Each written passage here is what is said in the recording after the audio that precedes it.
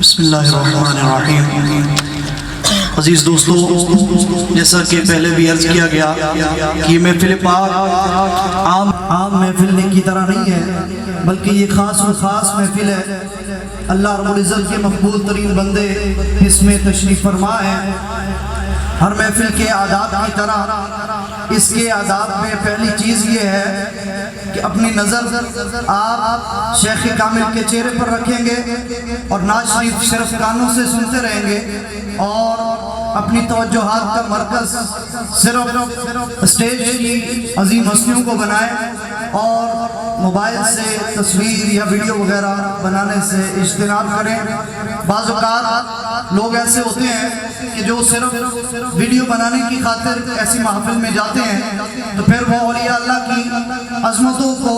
اور ان کی شانوں کو صحیح معنوں کے اندر سمجھ بھی نہیں پاتے،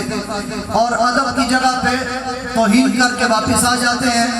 اور جو لینے کے لیے آتے ہیں وہ لیتے نہیں بلکہ اگلا بھی سب کچھ وہیں پر چھوڑ کے چلے جاتے ہیں۔ یہ کوئی عام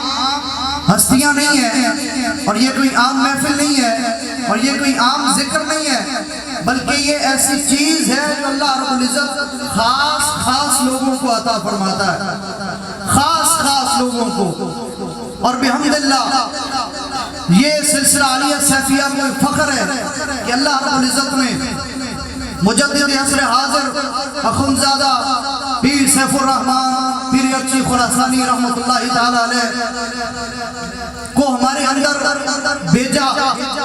اور پاکستان والوں پر خصوصاً یہ مہربانی فرمائی کہ اس چیز کو یہاں عام فرما دیا، اور پھر اس چیز کے مخالفین صرف آج سے نہیں بلکہ اگر حضور غوث پاک رضی اللہ تعالیٰ عنہ کی محفل کی آج کے دور میں کوئی ویڈیو وائرل ہو جاتی، یا جناب شیخ عبدالقادر جیلانی رحمت اللہ تعالیٰ علیہ کی پاکیزہ محفل کی ویڈیو کا لنک کسی کو مل جاتا تو خدا کی قسم لوگ جناب غوث اعظم کا بھی انکار کر دیتے، کیونکہ اس دور میں کیا بھی گیا، بڑے بڑے لوگوں نے کیا، بڑے بڑے علماء نے کیا۔ علامہ ابن جوزی رحمت اللہ تعالیٰ علیہ نے جب بار بار انکار کیا کہ یہ کچھ نہیں ہوتا، مجد شجد کچھ نہیں ہوتا، یہ کیسے ہو سکتا ہے کہ جناب غوث پاک کی محفل میں بندے آپ کی زیارت کے لیے جائیں اور واپسی پہ 70 لوگوں کا جنازہ اٹھا کر لے کر آئیں، وہ وجد و حال کی کیفیت ہو کہ لوگوں کے جنازے اٹھیں اور پھر لوگ اپنے کپڑے پھاڑ دیں، یہ کیسے ممکن ہے؟ لیکن ان کا شاگرد جناب غوث پاک کا مرید تھا، اس نے کہا جناب آپ نے پوری کتاب لکھ لی ہے میرے پیر کے خلاف، آپ جا کر دیکھیں تو صحیح، اللہ کے ولی کی زیارت تو کریں، آپ کا دل گواہی دے گا کہ یہ واقعتاً اللہ کے ولی ہیں۔ آج بھی اگر تو یہ دیکھنا چاہتا ہے کہ رب تعالیٰ کے خاص اور مقبول بندے نظر آئے تو یہ جو آپ کے سامنے ہستیاں بیٹھی ہوئی ہیں یہ عام ہستیاں نہیں بلکہ وہی اللہ کے مقبول بندے آپ کے سامنے بیٹھے ہوئے ہیں۔ من اراد ان ينظر شیخ الکامل فینظر الى شیخ الصیفی، سامنے دیکھے اور اپنے دل میں یہ تصور پیدا کر لے کہ میرے سامنے کوئی عام ہستی نہیں بلکہ اللہ کے مقبول ترین بندے بیٹھے ہوئے ہیں۔ وہ جب گئے اس کے بار بار کہنے پر کہ بار بار کہتا ہے میرے پیر کو جا کے دیکھو، میرے پیر کو جا کے دیکھو، کہنے لگے دیکھتا ہوں میرے پیر کو کیا ہے ان میں۔ جب وہ چلے گئے تو جناب غوث اعظم رضی اللہ تعالیٰ عنہ نے قرآن پاک کی ایک آیت پڑھی، تقریر کے اندر کتاب کے اندر ایک آیت پڑھی، اس کی تفسیر پیش کی۔ شاگرد نے کہا حضور آپ کو آتی ہے؟ کہا آتی ہے۔ پھر دوسری پیش کی، تیسری کی، 11 یا 13 تفاسیر پیش کی تو شاگرد پوچھتا رہا استاد جی یہ تفسیریں جو حضرت پیش کر رہے ہیں کیا آپ کو آتی ہیں؟ وہ کہنے لگی آتی ہیں، لیکن حضور غوث پاک تو تقریر کر رہے تھے، رکے نہیں، کرتے رہے حتیٰ کہ ایک آیت کی 40 تفاسیر بیان فرما دی۔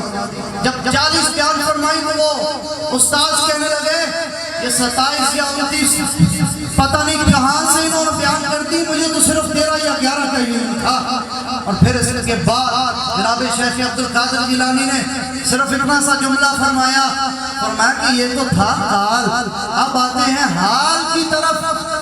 اتنا جملہ کہنے کی دیر تھی کہ وہ وقت کا محدث اور عالم جو پہلے اس بات پر کتاب لکھ چکا تھا جناب غوث پاک کے خلاف، لیکن جو ہی نظر پڑی جناب غوث پاک کے چہرے پر اور یہ بات کان میں پڑی تو وہیں پر وجد آ گیا، اور وہ جبہ جو علماء کے ساتھ بیٹھ کر پہنتے تھے وہ جبہ سارے کا سارا پھاڑا اور وجد میں آ کر گھومنا شروع کر دیا۔ بعد میں شاگرد نے کہا استاد جی آپ تو مانتے ہی نہیں تھے کہ وجد کچھ نہیں ہوتا، اب ہوا کیا ہے؟ انہوں نے کہا کہ مجھے تو سمجھ نہیں آئی، انہوں نے مجھے چیز کیا پلا دی ہے۔ تو یہ وہ ہستیاں ہیں، یہ وہ شخصیات ہیں کہ جن کو اللہ رب العزت نے اس دور میں اس نعمت سے مالا مال کیا ہے۔ ان کے پاس وہ نور اور فیض ہے کہ جو خاص لوگوں کو اللہ عطا فرماتا ہے، خاص لوگوں کو۔ لہٰذا اس محفل میں بیٹھیں تو دلوں کو صاف کر کے بیٹھیں، کیونکہ گندے برتن میں تو دودھ دینے والا دودھ بھی نہیں ڈالتا، اگر ڈال دے تو دودھ خراب ہو جاتا ہے۔ اگر گندا دل لے کر بیٹھے تو اللہ کا نور بھی نہیں اس میں ڈل جاتا، اس میں نہیں ڈل سکتا۔ دل اگر گندا ہو، اگر یہ ارادہ ہو کہ میں نے چیک کرنا ہے، میں نے ٹیسٹ کرنا ہے، لوگ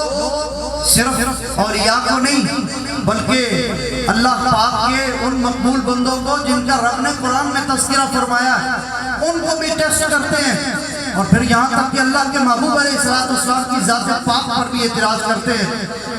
اگر آپ صرف اعتراض کی نیت لے کر آئے ہیں تو پھر یہیں سے ذہن اور دلوں کو صاف کریں اور ان پلیدیوں کو گندگیوں کو نکال کے باہر پھینک دیں، اور یہ ارادہ رکھیں کہ جو چیز ان سیفیوں کو اللہ نے عطا فرمائی ہے ہمیں بھی عطا فرما دے۔ پھر دیکھیں صبح تک دل کی دنیا کیسے بدلتی ہے، پھر دل کے ارادے اور دل کے تصورات کیسے چینج ہوتے ہیں۔ پھر کسی کو کہنے کی ضرورت نہیں پڑے گی کہ حاجی صاحب نماز پڑھ لیا کرو، جناب ابھی مسجد میں آیا کرو، کسی کو کہنے کی ضرورت نہیں پڑے گی، بلکہ خود ایسا ہو جائے گا کہ جیسے ماسٹر محمد عارف صاحب رحمۃ اللہ تعالیٰ علیہ تھے، جیسے وہ اللہ کے ولی تھے، پہلے نماز پڑھنے کو شاید ان کا دل نہ کرتا ہوگا، لیکن جب وہ ہمارے شیخ کامل کی نگاہوں میں آ گیا پھر نماز چھوڑنے کو دل نہیں کرتا تھا۔ پھر خود نہیں بلکہ ان کے پاس بیٹھنے والوں کے بھی حال اس طرح کے ہو گئے کہ جو ان کے پاس بیٹھے ہیں آج ان کے نماز چھوڑنے کو دل نہیں کرتے۔ تو لہٰذا اپنے دلوں کو صاف کر کے بیٹھیں اور اپنے ذہنوں کو صرف پاکیزہ کر کے وہ نور اور فیض حاصل کرنے کا ارادہ رکھ کے بیٹھیں، اور ویڈیو تصویر سے اجتناب کریں۔ ابھی جو کھائی شریف کے منتظمین ہیں ان کی طرف سے میں شیخ طریقت کا شکر گزار ہوں کہ آپ علالت کے باوجود اور عزاز مصروفیات کے باوجود تشریف لائے ہیں، اور آپ کے شہزادہ اکبر کا شکر گزار ہوں، صاحبزادہ محمد عثمان صاحب کی طرف سے، ان کی انتظامیہ کی طرف سے، اور اب درخواست گزار ہوں کہ جو لوگ منتظمین ہیں وہ پہلے آگے آئیں اور مسافہ کر کے اپنی اپنی جگہ پر جا کے انتظامات کو سنبھالیں، اور ناز شریف ہوگی صرف درمیان میں